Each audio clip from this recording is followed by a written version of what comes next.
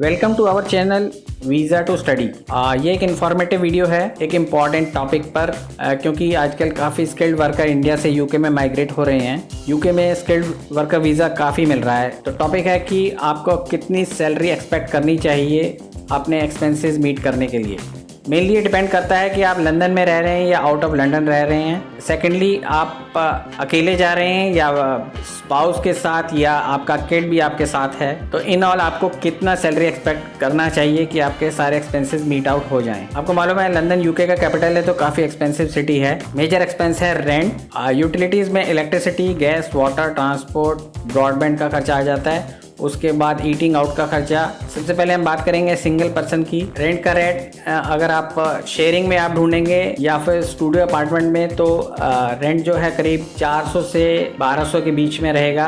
Different zones की different pricing है। आपको अपने कन्वीनियंस के हिसाब से या अपने ऑफिस के हिसाब से आप कितनी देर तक ट्रैवल कर सकते हैं, उस ट्रैवलिंग में कितना खर्चा आता है, उसी के अकॉर्डिंग आपको सर्च करना पड़ेगा। आपको शेयरिंग में काफ़ी अच्छा अकोमोडेशन मिल जाता है। स्टूडियो फ्लैट काफ़ी अच्छे प्राइसिंग में मिलता है। उसके बाद सेकंड पॉइंट आता है ग्रॉसरी का। सिंगल का grocery around 200 pound per month आराम से खर्चा हो जाता है। नेक्स्ट है यूटिलिटी। इसमें आपके गैस, इलेक्ट्रिसिटी, वाटर बिल और ब्रॉडबैंड है। पहले यूटिलिटी बिल काफ़ी कम होता था, बट इन्फ्लेशन की वजह से काफ़ी बढ़ गया है। अगर आप 200 पर मंथ एक्सपेक्ट कर सकते हैं, तो सिंगल पर्सन के लिए अगर आप फ्लैट शेयर कर रहे हैं तो उसके अंदर ये चीज़ें इंक्लूडेड होती हैं। अगर आप अलग से स्टूडियो अपार्टमेंट ले रहे हैं तो आपको इसका एक्स्ट्रा पैसा देना पड़ेगा। और इसके बाद आता है ट्रांसपोर्ट। तो सिंगल पर्सन का अगर आप लंदन में मूव कर रहे हैं तो around 200 pounds per month minimum आपका खर्चा होगा ही है। ये सभी मैं मिनिमम खर्चे बता रहा हूँ, इससे ज़्यादा आप कितना भी कर सकते हो। इसके बाद आता है ईटिंग।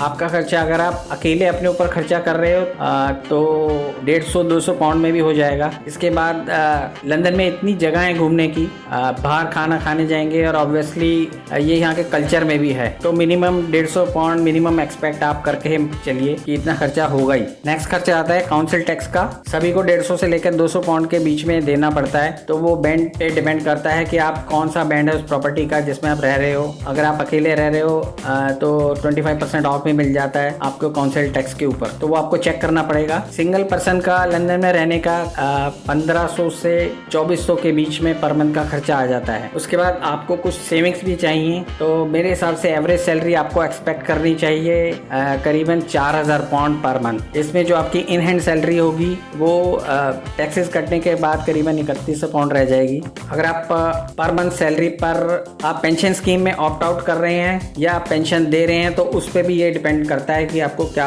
हाथ में सैलरी मिलेगी। अगर हम बात करें मैरिड कपल की, मतलब कि आप अपने स्पाउस के साथ आ रहे हैं, तो ऑब्वियसली आप अकेला रहना पसंद करेंगे, शेयरिंग में नहीं रहेंगे, और 1 बेड स्टूडियो या फ्लैट ले सकते हो या 1 बेड अपार्टमेंट ले सकते हो जिसमें एक लिविंग रूम रहता है, वो सेपरेट होता है। स्टूडियो फ्लैट में लिविंग रूम सेपरेट नहीं होता। जो रेंट आप एक्सपेक्ट कर सकते हो 1 बेड स्टूडियो या 1 बेड अपार्टमेंट का, that can be between 1500 to 1800 pounds, again depending उस जोन के ऊपर आप किस जोन में रह रहे हो। जोन 1 जो है ज़्यादा एक्सपेंसिव होगा, और अगर आप जोन 2 या 3 में आएंगे तो वहाँ आपको कंसेशन रेट पर एकोमोडेशन मिल सकते हैं। और ग्रॉसरी की बात की जाए तो आजकल काफ़ी ज़्यादा रेट इंक्रीज हो चुके हैं। ग्रॉसरी आप 2 लोगों की पर मंथ के एक्सपेक्ट करो तो 400 पाउंड्स में कवर हो जाएगा। यूटिलिटी की बात की जाए तो यूटिलिटी जो सिंगल पर्सन के लिए 200 होती है, कपल के लिए वो 300 पाउंड तक हो जाएगी। और ट्रांसपोर्ट जो अगर सिंगल पर्सन का 200 जा रहा है तो कपल के लिए 400 तक पहुंच जाएगा। अब अगर हम ईटिंग आउट की बात की तो कपल में आपका 300 पाउंड्स पर मंथ तो लग सकता है। और उसके बाद एक खर्चा आता है काउंसिल टैक्स का। काउंसिल टैक्स भी आपका 200 पाउंड के करीब हो जाएगा। तो टोटल एक्सपेंस आपको एज ए कपल लंदन में मिनिमम 3000 से 3500 तक लग सकता है। तो उस हिसाब से आपको सैलरी एक्सपेक्ट करनी चाहिए बिटवीन 70,000 to 75,000 पर ईयर। इसमें आप अपने मिनिमम जो खर्चे हैं वो निकाल लेंगे और सेविंग्स भी हो जाएंगी। उसके बाद जो मेन खर्चा आता है वो है लंदन में रहने का विद किड्स। तो किड्स के साथ थोड़े खर्चे ज़्यादा हो जाते हैं। अगर आप किड्स के साथ आ रहे हैं तो आपके रेंट का जो खर्चा है वो भी आपको बड़ा हो जाएगा, क्योंकि मिनिमम 2 बेडरूम अपार्टमेंट आपको लेना पड़ेगा। यहाँ पर रूल है कि बच्चों के लिए एक सेपरेट रूम होना ही चाहिए। सोशल डिपार्टमेंट वाले रेगुलरली चेक करते रहते हैं आपके यहाँ विजिट करेंगे तो वो यही चीज़ चेक करते हैं कि आप बच्चे को प्रॉपर एनवायरनमेंट दे रहे हैं या नहीं। मिनिमम 2 बेडरूम लेना ही पड़ेगा, आपको रेंट का जो कॉस्ट है वो बढ़ जाएगा anyway between 1800 to 2000 pounds per month, और ग्रॉसरी का खर्च भी बढ़ जाएगा। बच्चों के लिए आपको सेपरेट चीज़ें खरीदनी पड़ती हैं। किड्स के साथ आपका ग्रॉसरी का जो खर्च है